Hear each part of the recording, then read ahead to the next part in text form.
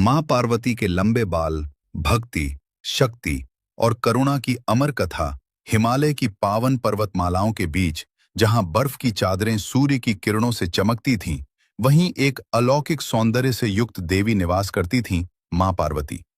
उनका रूप सौम्य था, मुख पर करुणा, नेत्रों में स्नेह और उनके लंबे घने काले बाल हिमालय की काली रात जैसे प्रतीत होते थे। ये बाल केवल सौंदर्य नहीं थे, बल्कि उनमें तप, शक्ति और सृष्टि का रहस्य छिपा था। बालों में छिपा तप और त्याग मां पार्वती ने भगवान शिव को पति रूप में पाने के लिए वर्षों तक कठोर तपस्या की। वे खुले आकाश के नीचे बैठती, वर्षा हो या बर्फ, सूर्य हो या अंधकार, उनका ध्यान अडिग रहता। उनके बाल समय के साथ और भी लंबे होते चले गए। उन्होंने कभी उन्हें सजाने की इच्छा नहीं की, क्योंकि उनके लिए तप ही श्रृंगार था। देवर्षि नारद एक दिन बोले, हे देवी, आपके ये लंबे बाल आपके तप का प्रमाण हैं। इनमें साक्षात शक्ति निवास करती है। मां मुस्कुराईं, पर मौन रहीं।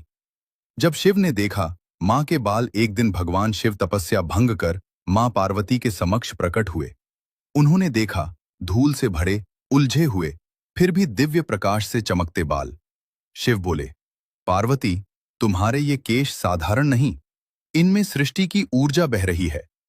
मां पार्वती ने विनम्रता से उत्तर दिया, गंगा अवतरण और मां पार्वती के बाल जब गंगा को पृथ्वी पर लाया जाना था, तब उनका वेग इतना प्रचंड था कि धरती नष्ट हो सकती थी।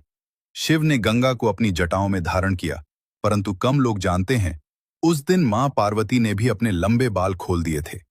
गंगा की कुछ धाराएं मां पार्वती के केशों में समा गईं। इससे उनके बाल और भी पवित्र हो गए।